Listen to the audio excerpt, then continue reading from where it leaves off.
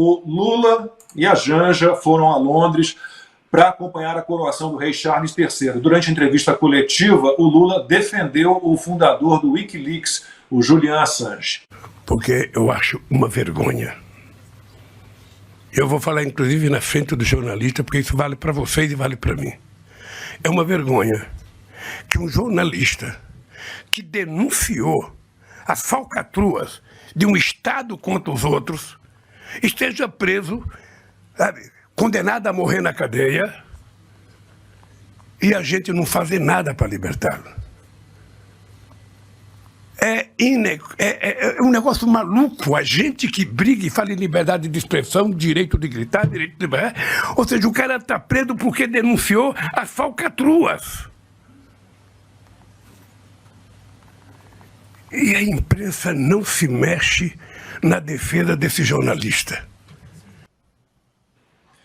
Ô, Ana, eu faria apenas uma consideração, eu perguntaria apenas o seguinte: se o Julian Assange tivesse vazado, por exemplo, dados secretos da China, da Rússia, da Venezuela, de Cuba, né, do Irã, o Lula daria também apoio a ele?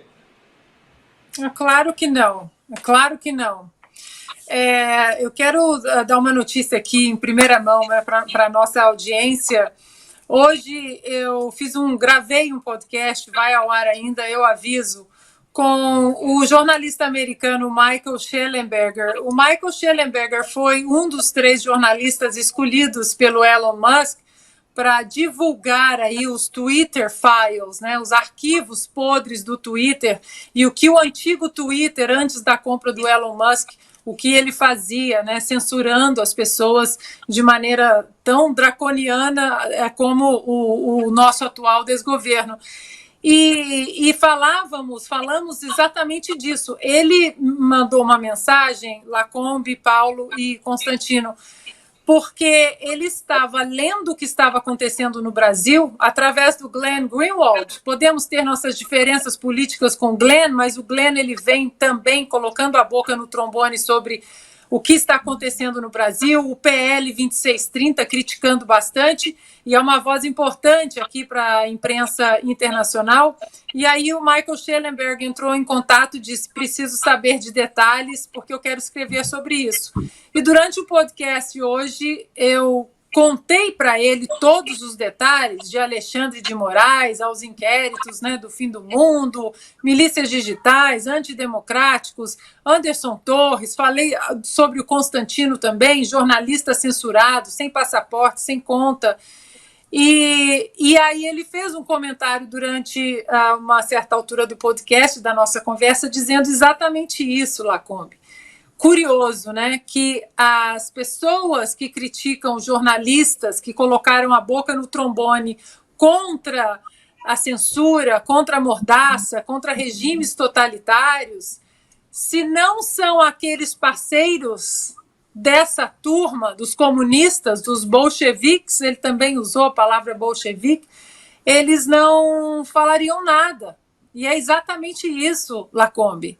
É o cherry picking que os americanos falam. Eu defendo a liberdade de expressão, eu defendo o caminho da justiça, eu defendo o império das leis, mas só para o meu lado, só para o lado daqueles que eu posso distorcer a realidade e implementar narrativas que alimentarão o meu projeto de poder. E é exatamente isso que Lula faz. Esse discursinho de liberdade de expressão, nós sabemos muito bem que ele não cabe para países livres que lutam contra regimes totalitários.